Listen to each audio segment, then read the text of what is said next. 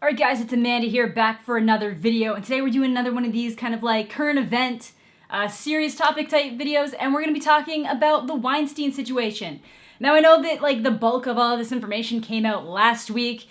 This whole story was breaking around the same time as the Andy Signore was, because it happened first, because that's what prompted Emma to come forward in the first place. But I figured that I would just kind of like give my own take on the situation, talk about some of the like, in my opinion, larger implications that it has for the industry and just different things like that. I'm not in the film industry. I probably never will be in the film industry, but it's still something that I find interesting because I love movies, and so many movies that I love were either produced, distributed, or in part created by Miramax, by Harvey Weinstein, by the Weinstein Company. For example, every single one of Quentin Tarantino's movies has some involvement with Weinstein, and Tarantino is one of my all-time favorite directors. Kevin Smith, I probably never would have seen Clerks had Miramax not distributed it, and Clerks is one of my all-time favorite movies. Silver Linings Playbook, Scream 4, The King's Speech, more recently Wind River. And then like before Weinstein Company, Miramax, like I said, all those early Quentin Tarantino movies, Good Will Hunting, The English Patient, Shakespeare in Love. The reach of this man and his company is just astronomical in Hollywood. So if you guys somehow aren't aware of what happened in the Weinstein situation, basically a news story finally ended up breaking with allegations going back to about 1984, I believe,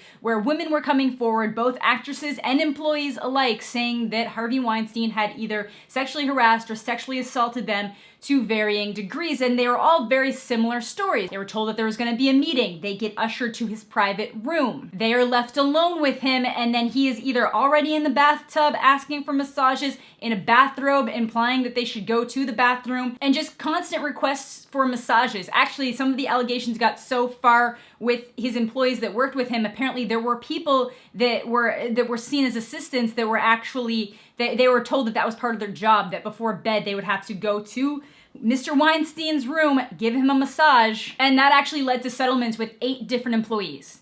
8 different employees. Now, before I get a lot of the questions like, oh, it's just all these people coming forward now because they can't get anything from him, or they're lying, they're exaggerating, he's admitted to a lot of it. There's some of the stuff that he and his like legal team are adamantly saying that he did not do, more so geared at the rape allegations and the more severe sexual assault allegations. But in terms of the very inappropriate behavior of inviting people back to his room and trying to make out with them, trying to get them to massage him, trying to get them to take baths with him, stuff like that, he's not necessarily, he didn't deny any of that. In fact, here's his statement. I'm sure you guys have seen it already, but it's just so, in my opinion, ridiculous that I'm gonna share it here again. So I came of age in the 60s and 70s when all the rules about behavior in workplaces were different. That was culture then.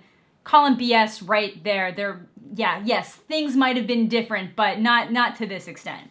I've since learned it's not an excuse in the office or out of it to anyone. I realized some time ago that I needed to be a better person, and my interactions with the people I work with have changed. I appreciate the way I've behaved with colleagues in the past has caused a lot of pain, and I sincerely apologize for it. Though I'm trying to do better, I know I have a long way to go. That is my commitment. My journey now will be to learn about myself and conquer my demons. Over the last year, I've asked Lisa Bloom to tutor me, and she's put together a team of people. I've brought on therapists, and I plan to take a leave of absence from my company. This was clearly before he was asked to leave. He was pushed out of his company by the voting of the board, including his own brother. His own brother voted him out of the company, and to deal with this issue head on. I so respect all women and regret what happened. I hope that my actions will speak louder than my words, and that one day we will all be able to earn their trust and sit down together with Lisa and learn more. Then he put some like fake, not actual Jay-Z quote in, so I'm just gonna skip that part. I want a second chance in the community, but I know I've got work to do to earn it. I have goals that are now priorities. Trust me, this isn't an overnight process. I've been trying to do this for 10 years, and this is a wake-up call. I cannot be more remorseful about the people I hurt, and I plan to do right by all of them. Then after that, he kind of talks about how he's going to try to take down the NRA, something about his bar mitzvah. He's going to make a movie about the president. He said he organized a $5 million foundation to give scholarships to women directors at USC, which might seem coincidental, but it's been in the works for a year, and then not wanting to disappoint his mom. you might have already done that. Now, in terms of the victims, they go all over the board. There are people that were his employees, which is ridiculous, and there was a bunch of actresses who, again, all got lured into his office under the guise of either looking over a script, having a business meeting, some of them even were told it was a party, and then were left alone in his room. Some of the people that have come forward were Kate Beckinsale. When she was 17, apparently was invited to his hotel room. He was alone. He offered her alcohol. She said she had school in the morning. And then she ended up kind of extracting herself from the situation. And she went on to say that this kind of went on for years, to the point that like he even said that like Kate lives to say no to me, and she actually feels that it affected her career moving forward. Gwyneth Paltrow came forward saying that he had made moves on her, to the point that Brad Pitt actually had a conversation with him. Ashley Judd came forward, and she specifically said that she was trying to get out of the situation as fast as possible without alienating Harvey Weinstein. On top of that, there was Angelina Jolie. There was an Italian model and actress named Ambra Battilana Gutierrez, who came forward and said that he kind of same thing. She got brought to his hotel room. He ended up grabbing her boob and put his hands up her skirt. And then the next day she actually went back with the wiretap and got audio recordings where he admits that he did it. So make no mistake that these things actually happened. You can question certain victims, you can question certain people's veracity, but when you have this many people coming forward with the same kind of story, to the point that some of it has been corroborated by wiretaps, some of it there's proof that there had been payoffs and settlements. Speaking of which, Rose McGowan, who's been incredibly vocal in this entire situation, coming at pretty much everybody constantly from all angles, said that she was actually raped by him and they came to a financial settlement in 1997. Now, since all this has come to light, it actually came to attention that the New York Times had this story years ago, but then didn't end up running it for a couple of reasons. For one, Matt Damon and Russell Crowe actually started coming forward to defend Fabrizio Lombardo, who was one of his assistants, one of the people who was actually taking people to his room, and he kept saying that he had no idea. Like, again, this man, I'm gonna say his name again, Fabrizio Lombardo, says that he had no idea what was happening. But don't tell me you had no idea what was happening after years and years of being asked to bring women to his hotel room alone and make sure that no one else is around. Like, in what world did you not know, or at least have some kind of idea what was going on? I'm calling bullshit on you, Fabrizio. But even if we just take the bringing girls back to his apartment and trying to like force himself on them, or trying to get them to disrobe or join him for a bath or give him a massage, right there, that is terrible. That is sexual assault, that is harassment. And that's also coming back to very similar to the Andy Signor situation, but even bigger, even larger, is just a gross overstepping of your boundaries, of your responsibility as an employer. You are using your position to get women to do things. You are using your position to try to get women to do things, knowing that it would be very difficult for them to say no. Now, for me, the real issue seems to be a lot of the people coming forward, and I'm not talking about the victims coming forward giving their own personal accounts. I will never blame a victim for not coming forward. It is incredibly difficult to come forward when something like this has been done to you, when something like this has happened. And I won't blame the people that were trying to defend their friends, because they were like, if I go forward with this without proof, there's no way that anything can happen. So I know a lot of people are getting on Seth MacFarlane's case because he actually made a joke at the 2013 Oscars, which you guys can see here. The 2012 nominees for Best Performance by an Actress in a Supporting Role are Sally Field in Lincoln, Anne Hathaway in Les Miserables, Jackie Weaver in Silver Linings Playbook, Helen Hunt in The Sessions, and Amy Adams in The Master. Congratulations, you five ladies no longer have to pretend to be attracted to Harvey Weinstein. And didn't come forward with more information on that because it was just based on something that he had been told by a close friend, and it wasn't his place to come forward, especially without any kind of proof. You can't just come forward with something like that if you don't have proof. Hell, even back in 2005, Courtney Love made a comment saying that girls probably shouldn't go back to any parties that are at Harvey Weinstein's hotel room. So I'm starting to question whether or not people really didn't know about this, or whether or not it was a open secret, as they might call it. Something that people knew were happening, but they didn't necessarily know the extent, or they didn't want to know the extent. For example, George Clooney came forward saying this, like, we knew, or I knew he went after women. I knew he was like, he was always hitting on women, trying to get with them, but I didn't realize that it went to this extent. But even in that case, it is wrong, because it's a power dynamic.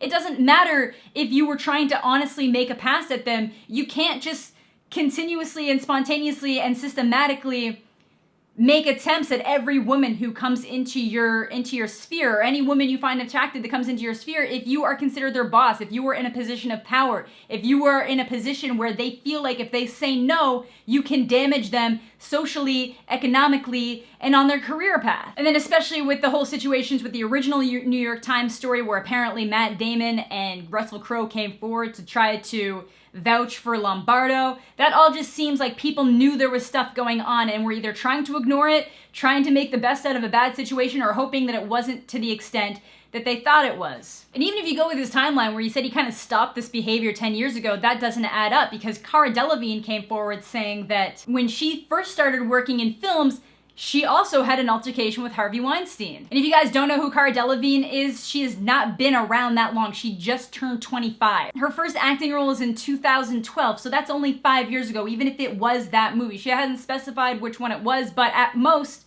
it would have been 5 years ago. And I guess she had originally made contact with Harvey Weinstein when he was asking about her sexuality, basically saying that if she ended up having a public relationship with a woman, she could kiss any chances of being cast as a straight character ever again, which is ridiculous. Then I guess a year or two later, she went to a meeting with him in a hotel lobby with the director of an upcoming film to kind of discuss a potential role. I guess the director left the meeting and Harvey asked her to stay and chat. I guess once they were alone, he started to brag with all the different women he'd been with and then invited her up to his room. She ended up declining and actually asked his assistant when her car would be coming, and the assistant, who was a female according to this account, said that it wasn't going to be there for a while, so she should just go up to his room. So right there, in my opinion, his assistants were complicit in assisting him in getting victims, basically. And we found out that a lot of his assistants were victims, and maybe this one didn't know, and maybe a lot of them weren't aware of what was happening, but it seems like it would be really difficult for them not to know that. So I guess the most recent piece of information in this story would be the fact that Weinstein was actually removed from the academy. Now, the main reason why he's been expelled and a lot of other people that would have committed atrocities or been charged with crimes haven't been is because he specifically used his stature in the film community as leverage to damage people. So that's specifically using the academy itself basically as a means to commit crimes rather than just committing crimes. It's like if you were stealing from the academy, they would expel you, versus if you stole from a bank, they'd be like, well, I guess we'll see your movie when you get out of prison. And like I said, one of my main issues with this situation are the people that are now coming forward condemning him, but are also the people who have given standing ovations to people like Roman Polanski. Meryl Streep, for example, is one of the people who came out against Weinstein, but literally is fine with Roman Polanski. I don't understand. And on top of that, you get a lot of people asking questions like, well, why didn't they go to police? Well, you found out that some of them did go to the police and nothing happened. There was literally wiretap evidence of him admitting that he had done it and nothing happened. And the New York Times had this entire story and Weinstein was able to shut it down. People really seem to misjudge the level of power that these people have. And that it's incredibly terrifying for a victim to come forward, especially if you think you're alone, because it's so common for women not to be believed. And then if more than one woman comes forward, everyone's like, wow, that's really convenient. Everybody's just suddenly coming together all at once. You can't win sometimes. Like, it's actually astounding that this story has actually come forward to the point where things have happened, that he's been removed from his company, that he's been expelled from the academy, that there's actual investigations going forward with this. Either way, I think the notion that this was a very well-kept secret is pretty a high probability that it was a known secret. Jessica Chastain has said that people knew about it and it was just something that you warned other people of, nothing that was brought forward publicly. People that have said that they are shocked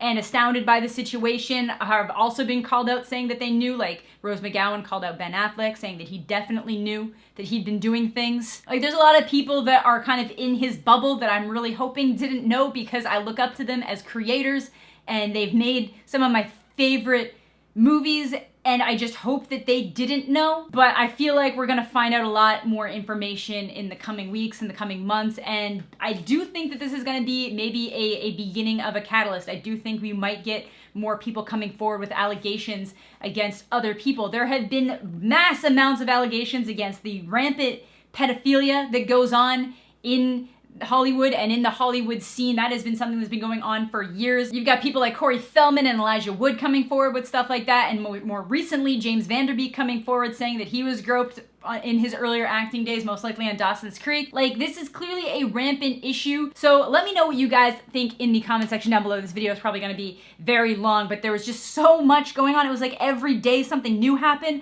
I still don't feel like I touched every topic that happened, but I just need people to kind of understand that the main thing here is that it's like this power dynamic, and the reason why people wouldn't come forward is because if you're trying to make it as an actor or an actress and you feel like you were right there and then this happens to you, you didn't ask it to happen to you, you've now ended up in a situation where you're being taken advantage of and you don't know what to do. If you come forward, you literally risk alienating yourself and removing your ability to have that career for the rest of your life, and it's terrifying. You are scared that people aren't going to believe you. You're scared of retaliation. Overall, I'm just kind of like disgusted at the entire situation. I'm positive that more people knew than they're letting on, or people knew more than they're letting on. And if they didn't, they were trying really hard not to know. They were trying really hard not to be aware of what was happening. And my heart goes out to all of the victims, all the people that had to deal with that, all the people that continue to deal with that. The one thing positive about the situation is that people are being a lot more vocal about things that happen, and it did expose somebody like Andy Signor, and it will probably continue to expose people in the coming months. It's too late to help the people that have already been affected, but it's not too late to prevent it from happening to people in the future. So everybody, be better. Be better, be respectful of everyone around you. And yeah, that's gonna do it for today's video. Thank you all so much for watching. Have a fantastic day. Catch you all later.